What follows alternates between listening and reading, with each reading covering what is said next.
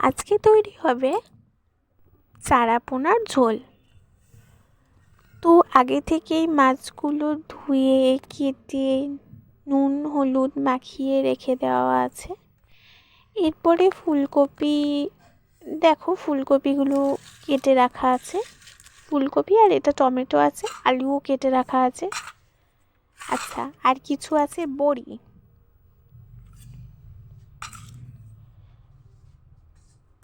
এই হচ্ছে এই হচ্ছে মাছ, আর এই হচ্ছে ফুলকপি, আলু, বড়ি, টমেটো।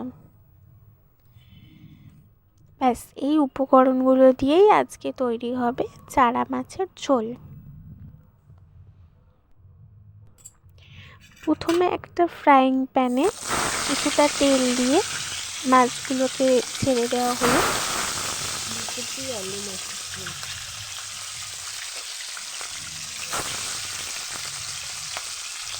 একে একে ফ্রাইং প্যানে মাছগুলোকে ভেজে নেওয়া হবে। দেখো, মাছগুলো ভাজা হয়ে গেছে। এপিঠ ওপিঠ ঘুরিয়ে মাছগুলোকে ভেজে নিতে হবে। এরপর ফুলকপিগুলোকেও ভেজে নিতে হবে।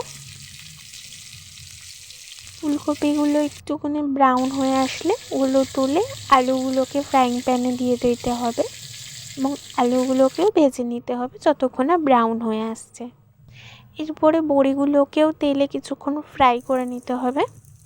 তারপরে তেলে পেঁয়াজ কুচি, লঙ্কা, টমেটো আর সামান্য পরিমাণে কালো জিরে দিয়ে ভেজে নিতে হবে। তারপর একটু জল দিয়ে মশলাটা কষিয়ে নিয়ে তার মধ্যে আগে থেকে ভেজে রাখা আলু আর ফুলকপিটা দিয়ে দিতে হবে। তারপর কিছুক্ষণ ভালো করে কষিয়ে নিতে হবে, সব কিছু একসাথে মিক্সড করে।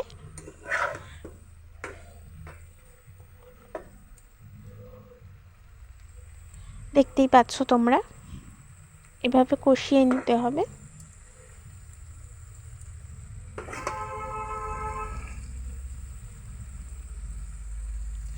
ভালো করে কষানো হয়ে গেলে এর মধ্যে জল ঢেলে দিতে হবে। জল ঢেলে কিছুক্ষণ হতে দিতে হবে। ঝোলটা ফুটে আসলে তার মধ্যে মাছগুলো ছেড়ে দিতে হবে। এখানে মাছগুলো ছেড়ে দেওয়া হয়ে গেছে। দেখতেই পাচ্ছ একে একে মাছগুলো ছেড়ে দেওয়া হয়েছে। তো এইভাবেই তৈরি হয়ে গেল আমাদের আলু ফুলকপি দিয়ে চারা মাছের ঝোল, যা খেতে খুবই সুন্দর হয়েছিল। এরকম আরও রেসিপি পেতে আমার চ্যানেলটিকে অবশ্যই সাবস্ক্রাইব করে দেবেন আর লাইক বাটনে ক্লিক করে দেবেন এবং অনেক অনেক বেশি শেয়ার করে দেবেন।